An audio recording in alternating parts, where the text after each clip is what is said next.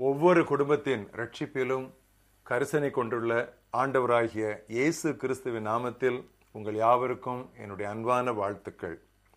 இன்றைய தியானத்தின் தலைப்பு வீட்டிலே விசுவாசம், ஃபெய்த் ஹோம். வாசிக்க வேண்டிய பகுதி ஆதியாகமம் 18ஆம் அத்தியாயம் 11ஆம் வசனம் முதல் 19ஆம் வசனம் வரை. ஆபிரகாமும் சாராளும் வயது சென்று முதிர்ந்தவர்களாயிருந்தார்கள். பெண்களுக்குள்ள வழிபாடு சாராளுக்கு நின்று போயிற்று. ஆகையால் சாராள் தன் உள்ளத்திலே நகைத்து, நான் கிழவியும் என் ஆண்டவன் முதிர்ந்த வயதுள்ளவருமான பின்பு எனக்கு இன்பம் உண்டாயிருக்குமோ என்றாள். அப்பொழுது கர்த்தர் ஆபிரகாமை நோக்கி, சாராள் நகைத்து நான் கிழவியாயிருக்க பிள்ளை பெறுவது மெய்யோ என்று சொல்வானேன்? கர்த்தரால் ஆகாத காரியம் உண்டோ?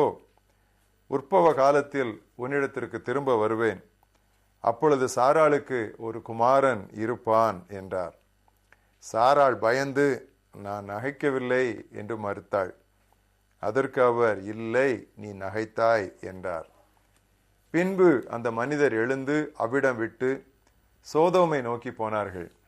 ஆபிரகாமும் அவர்களுடைய கூட போய் வழிவிட்டு அனுப்பினான்.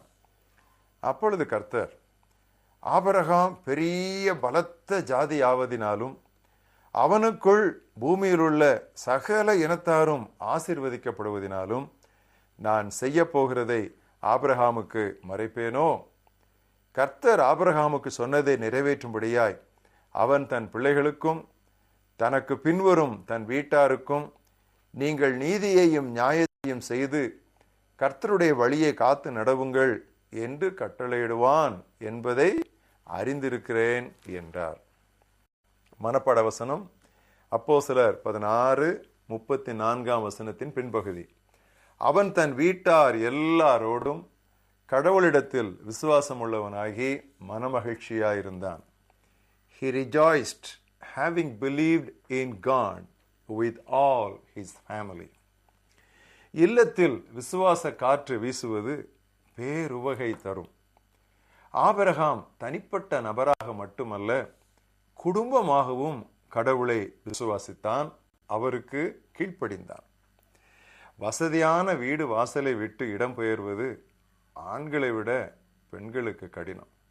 1987ஆம் ஆண்டு நாங்கள் தலைமையகம் இருந்த வேலூரை விட்டு மிஷனரிகள் பணியாற்றுகிற பணிக்களங்களுக்கு ஒவ்வொரு இடத்திலும் 2 ஆண்டுகளாக போய் குடியிருந்து அவர்களுடைய பிரச்சனைகளையும் உணர்வுகளையும் புரிந்து கொள்ள வேண்டும் என்று நாங்கள் வேலூரை விட்டு புறப்பட்ட போது என்னுடைய மனைவி எவ்வளவா என்னோடு ஒத்துழைத்தாள் என்பதை என்னால் மறக்க முடியாது.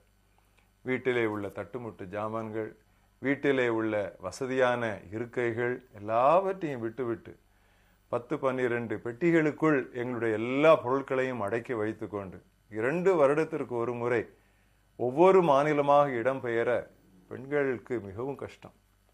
அது ஒரு நாளும் நாம் மறுக்க முடியாத ஒரு உண்மை.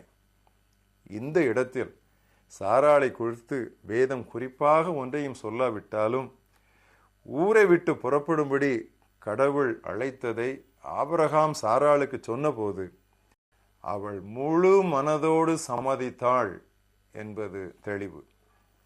ஆபிரகாமின் அழைப்பையே தனது அழைப்பாக அவள் ஏற்றுக்கொண்டாள். கணவர் மனைவியர் இவ்விதம் ஒருவரோடு ஒருவர் ஒத்துழைத்தால் இன்னும் எத்தனையோ 1000 மிஷனரிகள் பாருக்குள் செல்ல முடியும். பொதுவாக கடவுள் கணவரைத்தான் அழைப்பார். மனைவி தனது தலையை பின்பற்ற வேண்டும். விசுவாசத்தினாலே சாராளும் என்று எபிரேயர் 11:11 இருக்கிற சொற்றொடரை கவனியுங்கள்.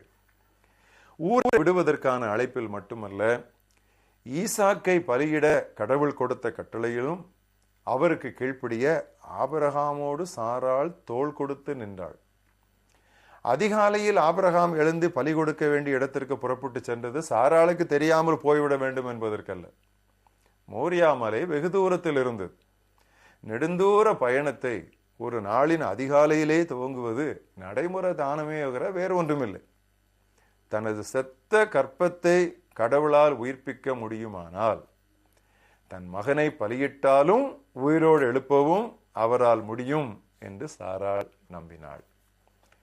பெற்றோரில் ஒருவர் அல்லது இருவருமே தடுப்பதால் இளைஞர் பலர் இறைப்பணிக்கு செல்ல முடியாது தவிக்கின்றனர். இந்நிலை மிகவும் கண்டிக்கப்பட வேண்டியது. ஆனால் கடவுளுக்கு கீழ்ப்படிதலே பிரதானம் என்ற கோட்பாடுள்ள இல்லங்களில் வளரும் பிள்ளைகள் கொடுத்து வைத்தவர்கள். தனது பிள்ளைகளையும் கீழ்ப்படிதலில் பயிற்றுவிப்பான் என்று ஆபிரகாமை குறித்து கடவுள் முன்னறிந்திருந்தார். ஆபிரகாம் கடவுளுக்கு கீழ்ப்படிந்து கொண்டே இருந்ததால் ஈசாக்கு தனது தந்தைக்கு கீழ்ப்படிந்து ஒத்துழைத்தான். இல்லையேல் கட்டப்பட்டு பலிபீடத்தில் கிடத்தப்பட எந்த வாலிபன் சம்மதிப்பான்? யோசித்து பாருங்கள். கோத்திர பிதாவாகிய ஆபிரகாமையும் கோத்திர மாதாவாகிய சாராளையும் பின்பற்றி நாமும் நமது பிள்ளைகளை விசுவாசத்திலும் கீழ்ப்படிதலிலும் வளர்ப்போம். கீழ்ப்படிதலை விட அறிவையே விரும்பும் மனிதர் வாழும் இந்த உலகத்திலே நாம் விரும்ப வேண்டியது கூடுதல் அறிவை அல்ல, கூடுதல் கீழ்ப்படிதலையே. ஒருவர் நம்பாமல் அவர் சொல்வதை செய்வது சுலபம் அல்ல. விசுவாசம் இன்றி கீழ்ப்படிதல் இல்லை, கீழ்ப்படிதல் இன்றி விசுவாசத்தில் பயனில்லை. குடும்ப வாழ்க்கைக்கு இந்த விசுவாசமும் கீழ்ப்படிதலும் இரண்டு இறக்கைகள் போல. விசுவாசம் விசுவாசத்தை பிறப்பிக்கும், கீழ்ப்படிதல் கீழ்ப்படிதலை பிறப்பிக்கும். Faith begets faith, obedience begets obedience. ஜெபிப்போம். நல்ல ஆண்டவரே, இந்த அருமையான நாளிலே எங்களுக்கு முன்னால் கோத்திர பிதாவாகிய ஆபிரகாமையும் கோத்திர மாதாவாகிய சாராளையும் விசுவாசத்திற்கும் கீழ்ப்படிதலுக்கும் எடுத்துக்காட்டுகளாய் நிறுத்தியதற்காக உமக்கு நன்றி சொல்கிறோம். அவர்கள் பாணியிலேயே நாங்களும் அப்படியே உம்மை விசுவாசித்து கேள்வி கேட்காமல் உமக்கு கீழ்ப்படிய எங்களுக்கு கற்றுத்தாரும். நாங்கள் மட்டுமல்ல, எங்கள் குடும்பத்திலேயே எங்கள் வீட்டிலேயே விசுவாச காற்றும் கீழ்ப்படிதல் மனப்பான்மையும் நிறைய காணப்படட்டும் ஆண்டவரே. எங்கள் பிள்ளைகள் துவக்கத்தில் இருந்தே உம்மை விசுவாசிக்கவும் உம்மை நம்பவும் உம்முடைய வார்த்தைகளுக்கு கேள்வி கேட்காமல் கீழ்ப்படியவும் அப்படிப்பட்ட சூழ்நிலையை கர்த்தாவே ஆண்டவரே நீர் எங்களுக்கு உருவாக்கித்தாரும். அதற்கு நாங்கள் செய்ய வேண்டிய அத்தனையும் பெற்றோர் செய்ய நீர் உதவி செய்யும். மறுபடியுமாக ஆபிரகாமின் சாராளின் வாழ்க்கைக்காக உம்மை நாங்கள் துதிக்கிறோம். எங்களையும் அப்படியே மாற்றிவிடும். இயேசுவின் நாமத்தில் பிதாவே, ஆமென்.